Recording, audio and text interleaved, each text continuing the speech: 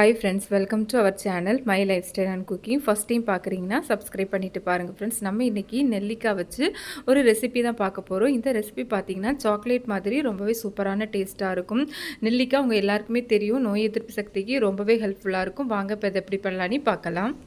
இப்போ இது செய்கிறதுக்கு 1/2 கிலோ அளவுக்கு நான் வந்து நெல்லிக்காய், பெரிய நெல்லிக்காய் எடுத்துருக்கிறேன். இதை நல்லா வாஷ் பண்ணி துணியில் நல்லா தொடச்சி ஈரப்பதம் இல்லாமல் எடுத்து வச்சுருக்கிறேன். இப்போ இதை வந்து ஆவியில் வேக வச்சு எடுக்கலாம். உங்கள்கிட்ட ஸ்டீமர் இருந்துன்னா ஸ்டீமர்லாம் இட்லி பாத்திரத்தில் வேக வச்சு எடுத்துக்கலாம். ஃப்ளேம் பார்த்தீங்கன்னா ஓரளவு மீடியம் ஃப்ளேமில் ஒரு 10 மினிட்ஸ் வச்சாலே போதும். இப்போ பார்த்தீங்கன்னா எனக்கு ஒரு 10 நிமிஷம் ஆகுது. நமக்கு பார்த்தாலே தெரியும் நல்லா நெல்லிக்காய்லாம் நல்லா வந்து நல்லா வெடிச்சு வந்திருக்கு. இப்போ இதை வந்து நல்லா ஆற வச்சிடலாம். நல்லா ஆறுனதுக்கப்புறமா அதில் வந்து இந்த மாதிரி கையை வச்சு எடுத்தாலே ஈஸியாக வந்துடும். நெல்லிக்காயில் உள்ள விதையை மட்டும் நம்ம வந்து ரிமூவ் பண்ணிடலாம். இப்போ இதை வந்து நம்ம வந்து ஒரு மிக்ஸி ஜாரில் வந்து ஆட் பண்ணிக்கலாம். இது போலவே நம்ம வேக வச்ச எல்லா நெல்லிக்காயில் சீடை மட்டும் ரிமூவ் பண்ணிவிட்டு நெல்லிக்காவை வந்து மிக்ஸி ஜாரில் வந்து எடுத்து வச்சுருக்கிறேன். அடுத்ததாக இது கூடவே ஒரு 1/4 டீஸ்பூனோட கொஞ்சம் கம்மியான அளவு வந்து சால்ட்டு சேர்த்துருக்கிறேன். கூடவே கொஞ்சமாக இஞ்சி, இந்த அளவு சேர்த்தா போதும். இப்போ இதையும் வந்து நான் தோல் ரிமூவ் பண்ணிவிட்டு இந்த மாதிரி கட் பண்ணி ஆட் பண்ணியிருக்கிறேன். இப்போ இதை வந்து நல்லா மிக்ஸியில் அரைச்சி எடுத்துக்கலாம்.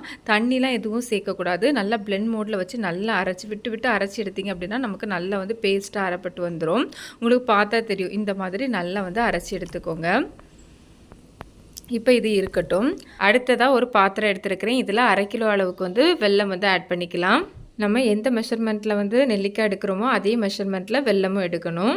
கூடவே ஒரு 1/4 கப் வந்து தண்ணி சேர்த்து நல்லா வந்து வெல்லம்லாம் நல்லா கரைச்சி எடுத்துக்கிட்டால் போதும். பதம்லாம் நமக்கு எதுவும் வர வேண்டாம்.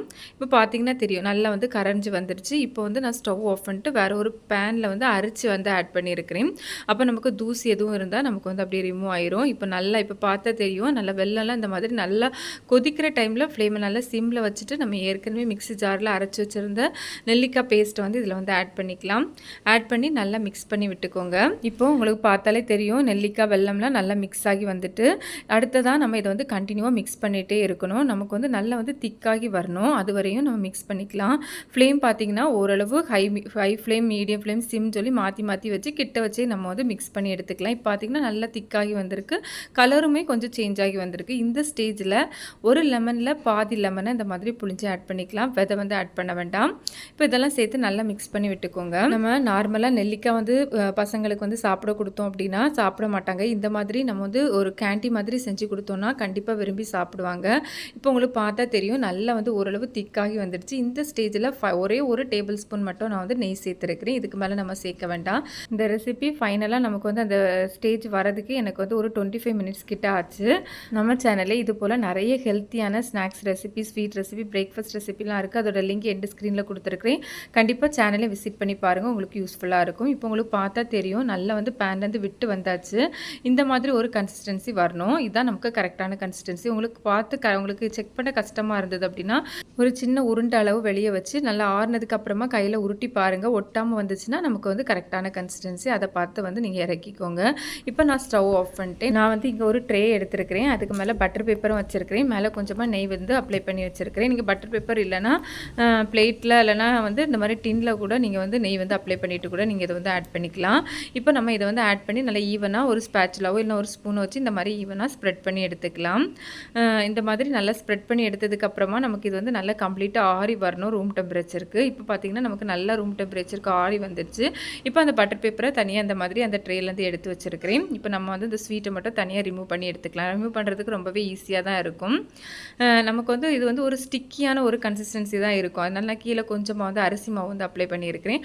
அதுக்கு மேலே நம்ம அந்த ஸ்வீட்டை வச்சு நம்ம வந்து கட் பண்ணி எடுத்துக்கலாம். இப்போ வந்து நான் வந்து பட்டர் பேப்பரை வந்து ரிமூவ் பண்ணி எடுத்துருக்கிறேன். எடுத்ததுக்கு அப்புறமா நம்ம இதை வந்து பீசஸாக கட் பண்ணி எடுத்துக்கலாம்.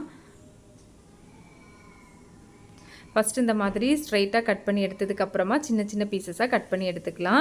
உங்களுக்கு பார்த்தா தெரியும் எந்த அளவு பர்ஃபெக்டாக வந்திருக்கு அப்படின்னு சொல்லி. கட்டியில் வந்து கொஞ்சமாக எண்ணெய் வந்து அப்ளை பண்ணிக்கோங்க. அப்போ வந்து நமக்கு வந்து ஒட்டாமல் வரும், ஈஸியாக இருக்கும் நமக்கு கட் பண்ணி எடுக்கிறதுக்கு. இது வந்து அதிகமாகலாம் சாப்பிட வேண்டாம். ஒரு நாளைக்கு ஒரு பீஸ் வச்சு குழந்தைங்களுக்கு கொடுங்க. பெரியவங்களும் சாப்பிட்லாம். இது வந்து கொஞ்சம் நாள் வரை நம்ம இதை வந்து ஸ்டோர் பண்ணியும் வச்சுக்கலாம். கண்டிப்பாக மஸ்ட்டு ட்ரை பண்ணி பாருங்கள். குழந்தைங்களுக்கு ரொம்பவே வந்து விட்டமின் சிலாம் இருக்கிறதுனால ரொம்ப நோய் எதிர்ப்பு சக்திக்கு ரொம்பவே ஹெல்ப்ஃபுல்லாக இருக்கும் ஃப்ரெண்ட்ஸ். இப்போ பார்த்தீங்கன்னா நான் அரிசி மாவில் ஒவ்வொரு பீஸாக டிப் பண்ணி எடுக்கிறேன். இந்த மாதிரி எடுக்கும்போது நம்ம வந்து பாட்டிலில் ஸ்டோர் பண்ணி வைக்கும்போது ஒன்றோட ஒன்று ஒட்டாமல் நமக்கு வந்து அந்த ஈரப்பதத்தை வந்து அந்த அரிசி மாவு வந்து அப்சர்வ் பண்ணிடும். இதுக்கு பதிலாக நீங்கள் வந்து சுகரை கூட பவுடர் பண்ணிவிட்டு அதில் டிப் பண்ணி கூட எடுத்துக்கலாம். அவ்வளோதான், ரொம்ப ரொம்ப ஈஸியான மெத்தடில் ஒரு சூப்பரான ஹோம்மேட் கேண்டி ரெசிபி பண்ணியிருக்கோம். அதுவும் ஆம்லா வச்சு பண்ணியிருக்கோம் ஃப்ரெண்ட்ஸ். மஸ்ட்டு ட்ரை பண்ணி பாருங்கள். இப்போ நான் இதை வந்து பிச்சு காமிக்கிறேன். உங்களுக்கு பார்த்தா தெரியும் எந்த அளவு சூப்பராக வந்திருக்கு அப்படின்னு சொல்லிட்டு. அடிக்கடி சிக்காகிற பசங்களுக்கு வந்து கண்டிப்பாக இந்த மாதிரி ட்ரை பண்ணி பாருங்கள். யார் சாப்பிட்டாலுமே ரொம்ப நல்லது தான். சின்னவங்கலேருந்து பெரியவங்க வரை யார் வேணாலும் சாப்பிட்லாம். ஒரு நாளைக்கு ஒரு பீஸ் போதும். கண்டிப்பாக வந்து ட்ரை பண்ணி பார்த்துட்டு உங்களுக்கு எப்படி வந்ததுன்னு மறக்காமல் கமெண்ட்ஸ் பண்ணுங்கள். பிடிச்சிருந்தா லைக் பண்ணி ஷேர் பண்ணி சப்ஸ்கிரைப் பண்ணுங்கள் ஃப்ரெண்ட்ஸ். தேங்க்ஸ் ஃபார் வாட்சிங். பை.